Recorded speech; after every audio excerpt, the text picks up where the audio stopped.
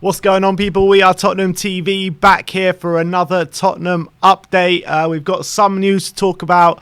Obviously, the news that is dominating the press right now in Harry Kane, Christian Romero. We've got an update on it as well. But let's start off with Harry Kane.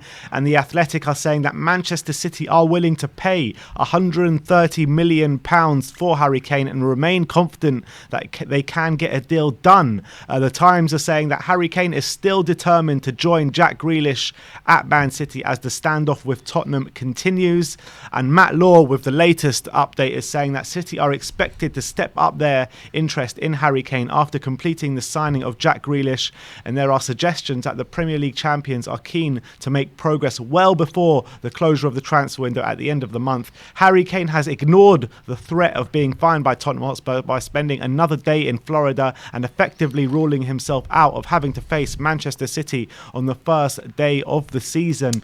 And Harry Redknapp with some quotes saying that, talking on Daniel Levy, and he says, Daniel Levy will not budge. He will not give in. He does not do emotions. He doesn't do emotions. That definitely sounds like Daniel Levy, that's for sure. I mean, this is getting messy, isn't it? At the moment, him staying in Florida, getting fined by the club. It's all getting very, very messy. I mean, the only thing is, I hope it does get done, or at least I hope if we are going to agree a deal, I hope we agree it, even if we're not going to announce it until later in the window. I hope we do agree it early, so it does give us a movement in the window early, because we don't want to be scrambling around later on in the window for all these deals and then end up basically with struggling to get our targets and overpaying for players that we really want because we're late in the window, we missed our targets and stuff. Surely then we should do all our business before he goes then. Yeah, that's what I'm saying. Or even if we don't announce it, until later in the window. I hope we do agree a deal early if we are going to agree it. Yeah, I think personally, I think we should do all our business and then announce, if we are going to sell Kane, announce him last day of the window, literally last second of the window. I'm worried though, if they're not going to go higher than 130. If they're not going to push to 150, is that going to be the price? Are we just going to have to accept 130 million and move on with it? Would you accept that? 130? Nah, I don't think I would. I think, like we've said all the time, we hold all the cards. If they don't match our offer, then he doesn't go. It's simple as that. I mean, Harry Kane and the Harry Kane team are acting like he's like being locked up by Tottenham, and Tottenham aren't letting him go, and like this whole gentleman's agreement, and that we've gone back on this gentleman's agreement. But at the end of the day, why would we let him go for under his value? It makes no sense. Well, apparently the Tottenham's official their official line on this is that he's not available for transfer to a Premier League club under any circumstances. That's the official stance. Mm-hmm. So if that's the official stance, does Kane not have to put pressure on Spurs just to make sure he sells them to City if they put the right money there? I think he knows very well, and I think we all know very well. I think if Man City come up with the money, he'll be sold. I know that's the official stance being told to the press and everything like that. Mm-hmm. But I think you and I both know that if they come up and stump up the cash, he'll be allowed to go. I think that's the situation, and I think that Harry Kane and Charlie Kane and the team there are very naive and thinking that if they think that won't happen. What I look at this situation is that's just what they've been told. Yeah, but the thing is, I look at this situation and I think that, like, what are you doing? Like, nothing is going to change by what you're doing. You act professional, you got more chance of getting the move, in my opinion. I understand that. It's not, but sometimes it's not always that simple. Sometimes you do have to agitate. Mm-hmm. Anyway, we've been through this, but what I'm saying is 130 million. If it's the last day, and it's either take it or you're keeping Kane, who's unhappy, for 130. Are you saying keep him? The way you got to look at it is, what do you get in the following summer? What do you get in the following summer if you sell Kane? Do you get at least 100? It all depends on what you get. I don't think quite 100. I reckon between 80 and 100, somewhere in that bracket. Between 80 and 100, you're getting next summer, I think. It's a tough one. I think I might take it if it comes to the last. Then if that's the case, City are right to hold out until maybe late. Well, I'm not Daniel Levy, so yeah. Maybe Daniel Levy would take something else. But I think that if you're risking 30, 40, 50, 60 million for next season, for next summer, and you don't know if Harry Kane... And look, we all think Harry Kane's heart will be in it, but subconsciously, when he doesn't want to be there, will his performances drop? I think it could do. So I might eventually take it, but obviously I'm not the chairman, so I don't think Daniel Levy would. Yeah, it's a difficult one, isn't it? 130 million. I mean, I think, to be honest, I actually think that's probably not an unfair price, but I just think because he's got a 3-year contract, because there's a bit of a Premier League premium, because obviously we want to be battling near the top. You add a bit extra on there, you say you have to come up with this price. This is what we're selling. But I think actually, given his 28 and stuff like that, 130 million is not unreasonable. It's not, but when you look at other players, Jack Grealish just gone for 100 million. Yeah. Harry Kane should, if he's going for 100 million, Harry Kane is at least 150 million. Let's be honest. Well, he's a bit younger, isn't he, Grealish? Not that much younger. He's 25. He's 3 years younger. He's 25 years of age. He's also a star man in a smaller club. I think Kane's better. Don't get me wrong, but I don't know. I just feel like 130 million is not unreasonable. I think we're right to demand 150 in top whack because we do hold all the cards. But I think 130 million is for Harry Kane, with given his injury history, given his age, is not a terrible deal. It basically is all I'm saying. But it's just difficult how we plan it. As well, going for 120, 130 million. Yeah, they're saying 120 million euros, and he's also I think he's a year older than Kane.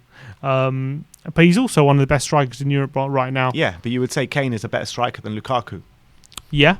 I would say Kane's a better striker than Lukaku, and that's why he's 130 million pounds is more than 120 million euros. Yeah. But it's just difficult. It's because all these taking the money and stuff. It all just comes down to how we spend it, and what we don't know what that looks like. Us spending money and us getting the right people in. So it's hard to get excited about getting the money in. Without knowing who that is going to be, because it's all theoretical, isn't it? Who we're going to sign, this player, that player. For me, so it's difficult. For me, the ideal situation would be 100 million plus Laporte, and with that 100 million, you go out there, you get Lautaro Martinez, and you have change probably to get one more player as well. But also that's another issue now. If Lukaku does go to Chelsea, which looks like if Lukaku does go to Chelsea, Martinez probably ain't for sale. He ain't going. They're going to have 100 million. Why would they sell Martinez as well? I know. So, but it's also not a foregone conclusion that Lukaku is going to Chelsea. No, but at the moment, it's a deal that doesn't look beyond the realms of possibility. It looks like they're really chasing it hard. Yeah, it does look like that. Look, we'll have to see how it plays out, but I think in terms of my ideal situation, that would be it. Yeah, that would be probably. But in terms of, I agree. So there you go. Well, that's the Kane situation as it stands at the moment. Still a big standoff. Let's move on to Christian Romero. Romano gave us the here we go yesterday, and he's had another update today saying that Tottenham will prepare the paperwork for Romero today, with the player soon flying to London to complete his medical and his move to Spurs. And then Damasio not long ago has said that some details are still missing to define Christian Romero's move to Tottenham Hotspur, but the move is still expected to go through. Is this the start of some worrying news? Yeah, I hope not. Classic Tottenham, nothing's ever simple, is it? But let's just hope that's just some finer details in completing the move. I think Romano has just said on his Twitch channel that Romero will be a Tottenham player, so he's categorically saying that. He's already given the here we go yesterday, so I'm not worried about it. I'm sure Damasio is just saying there's some finer details to be completed, but I think it is time to get excited. I think, look, I'm happy we're getting him early through the door, and hopefully he'll be up to speed for the Man City game. We can cross our fingers. That's what Nuno wants. I do think he's kind of fine personally, but hopefully he'll be ready for that. Is he going to have to quarantine or anything when he gets here? No idea. He's coming from where? Italy? Yeah. Maybe probably not if he's coming from Italy, hopefully right? I think from Italy he should be all right, but I'm not 100% sure on that. But yeah, it's a great deal, and hopefully it's the start of a good window and not the peak of it. Yeah, let's hope so. Let's move on. Let's talk about Noni Madueke, former Spurs Youth Academy player. He's at PSV now. The Standard are saying that PSV's Noni Madueke is among their top targets, Tottenham's top targets this summer. Football.London is saying that Tottenham are reportedly interested in Noni Madueke, but Paratici may not have a clear path in bringing the teenager to Tottenham, with Bayern Munich, Palace, Leeds and Southampton all said to be chasing the PSV star. I mean, what a range of clubs there. Bayern Munich, Leeds, Crystal Palace and Southampton. Quite a range, top to bottom, yeah. It seems like it was one that got away, to be fair, because I think at the moment he seems to be playing really, really well for PSV. He seems to be making a real impact. He only really had a breakthrough season last season, 24 appearances, 7 goals, but he is 19, so that's still impressive for a teenager. He scored an absolutely worldie. I don't know if you saw it. He scored I think it was 2 days ago in a Champions League qualifier for PSV. Absolute worldie he scored, with his left foot cutting inside. He seems to be a player of real talent, and he seems to be another player who has done a good job in going abroad to find first-team opportunities, because I think always when you're at Spurs or other teams in Premier League, they're very reluctant to give you opportunities, whereas teams in Holland and Germany, they're more likely to find a path for you. So I think he's done a great job there, and it looks like Tottenham might even want him back at this stage. I obviously haven't seen him play too much in the flesh, but I've heard of very, very good things. So I think as well, he's an England under-21 international, so he's homegrown, so that's in our favour as well if we do sign him back. So it could be a deal that maybe is a positive one, but what I would say is we've signed Gil. If we get Madueke now, it's like it's very, very young team, which is good on one aspect. It's good for the future, but like you also need some established quality which can really make an impact now. True. Matt Law does go on to say that Tottenham are to set their attentions to another creative player after agreeing a deal for defender Christian Romero, with Damsgaard and Madueke amongst the targets. And obviously that's following on from Fabrizio Romano, which you spoke about yesterday, talking about Mikkel Damsgaard, which we could make a move later on in this week. Yeah. I mean, do you think that we should be concentrating on like the defence still a bit more, even after Christian Romero? Yeah, because not even doesn't have to necessarily be incomings, but we definitely have to concentrate in getting the players out that we need. Sanchez needs to go. Aurier needs to go. It's vital we get them out of the door just so we can replace them. Because if put Dyer on that list. I think in a perfect world, yes, I would put Dyer on that list, but we don't live in a perfect world. I don't think we're going. We definitely don't. Yeah, I don't think we can get rid of Sanchez and Dyer both in the same window feasibly for the fee that we want. So, given that Dyer recently signed a contract under Mourinho, I think he's here for another season. I think Nuno's going to keep him. So. I think it's more important that we get Sanchez out, because I think we can get a decent fee for him, and Aurier's got 1 year left in his contract and he wants to leave. I think it's important we get him out the door as well, and then we get the incomings once they're out, which will free up the funds and the places in the squad. Then we can get the incomings in, and then I think in terms of creativity, I would like one, but we still have Dele and Ndombele and Lo Celso. I think it's not the end of the world if we don't get rely on those three players, though. We should be able to. I think we should be able to. I think there's enough quality there. There is enough quality there. I 100% agree with you. But at the end of the day, Dele Alli hasn't had a top season for 3-4 years now, however long it's been. Lo Celso has been on the in the injury room more than on the pitch. And Ndombele, everyone knows Ndombele's struggles over the past 2 years.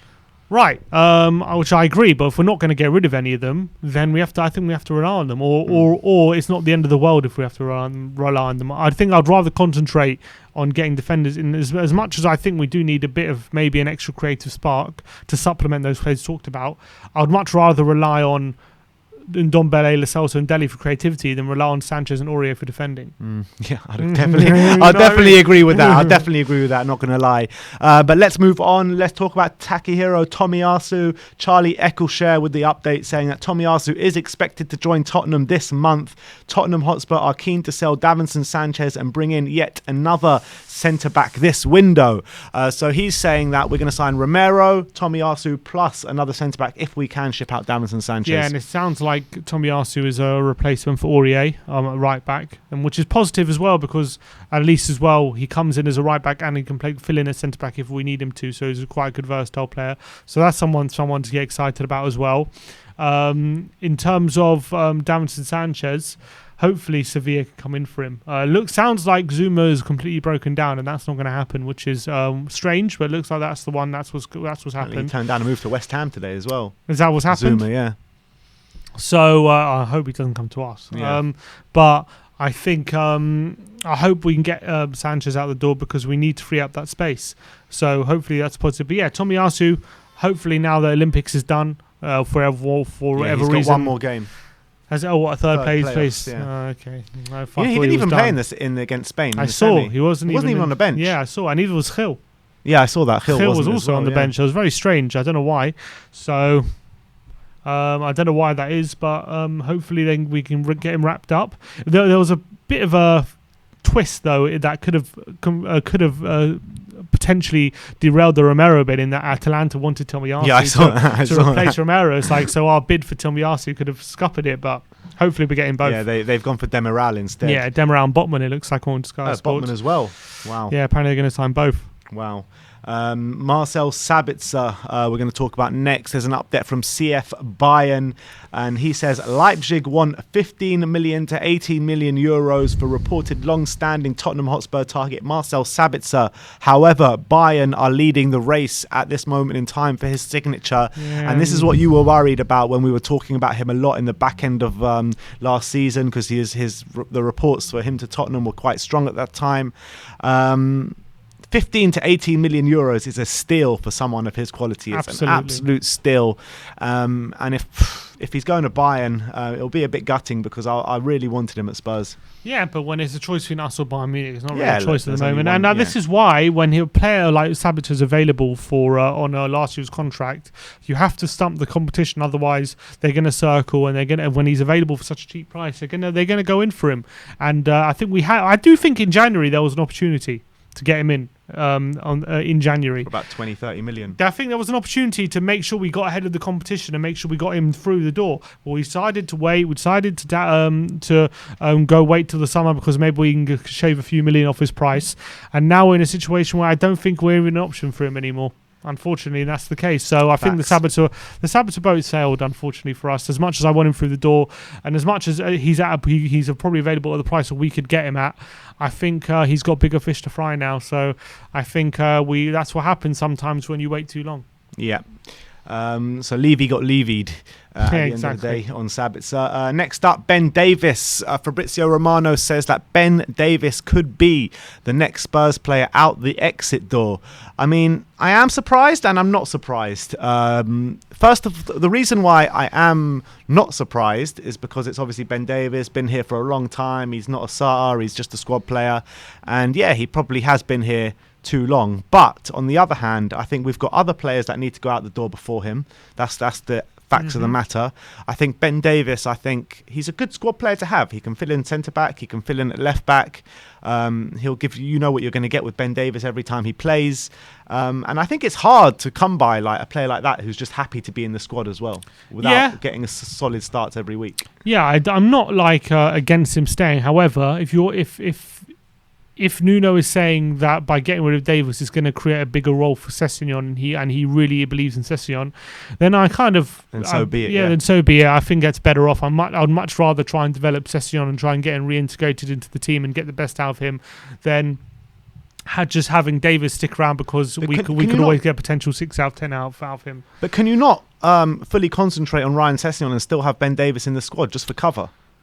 Well, let's say Reguilon gets injured, right? Would I rather the backup role go to Sessegnon or Davis? Maybe if Sessegnon would be unhappy with being third choice, maybe Davis is going to be unhappy with being third choice, whatever the one. So maybe it's a situation where we need to get rid of one. I don't really know. It's a difficult one. In terms of, I thought Davis would maybe benefit from Nuno, because I thought we were going to play a back three, but considering we're going to play a back four, for one, I've said this already, I don't like Davis anymore in the back four. I really don't. I don't think he's up to it. So I'm not. If we want to get rid of him, if we get a decent offer, get 10 million for him or something. And I think he's done a great job for the team ever since he's come. He's always tried his hardest, but I think right now we're better. We can do better than Davis, as much as I think he's a good squad player. I don't think he's that necessary. If he's going to free up some funds and he's going to allow Sessegnon to flourish, I'm okay with that. Yeah. All right, let's move on. Serge Aurier now. This is from Ali Gold, and he's saying Serge Aurier is confident he'll leave Tottenham this summer with his agent working on something, but Spurs are still waiting for a bid for him, which is interesting. I thought a bid maybe would have come in, maybe out from around Europe somewhere.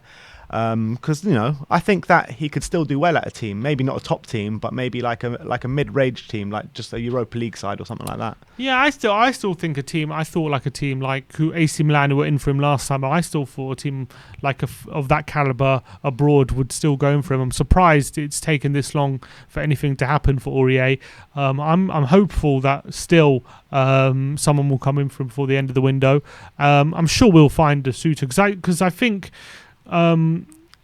he's still got good qualities, which people will see. I just think we know how much of a liability he can be, but I think the level of performance he's shown for Spurs will be acceptable for a lot of other teams. So I think hopefully that will happen. But with 1 year left on his deal, I'm surprised there hasn't been stronger rumours that people are coming in for him when we're getting closer to the end or the start of the season. Maybe they have, and we've asked for too much money, which wouldn't be surprised. But, that's always been a common theme with Levy. Spurs are still waiting for a bid. Yeah. So maybe that's it. So maybe no one's come in from yet, which is surprising. I'm sure we'll find someone. Yeah, let's hope so. I mean, apparently his agent is very hard at work at it. I mean, he's going to need to be. Definitely.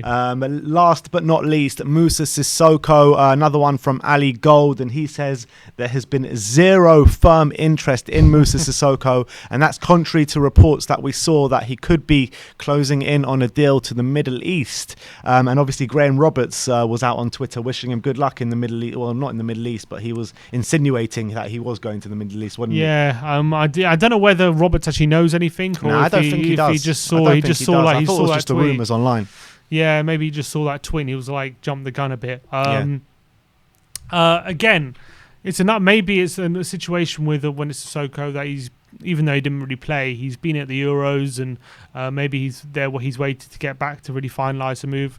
I'm hoping we get him out the door. He's got 2 years left though, so it's not as easy a situation. And maybe we're asking for 10 million or whatever, 15 million, and no one's prepared to stump up that kind of money, which would be disappointing. Because I think it's crucial we get Sissoko out the door. Really crucial. He's a top earner. Exactly, he's a top earner. So I mean, I think they would accept a bit less for him just because he's a top earner. That's probably the thing holding it back, to be fair. It's probably his wages. I don't even think it's the transfer fee here. I think it's his wages that's probably holding it back. Because if you're a team in France, it's only really like, a middle team in France who are probably going to go for him. And can they really afford to be paying him 95 grand a week? Probably not.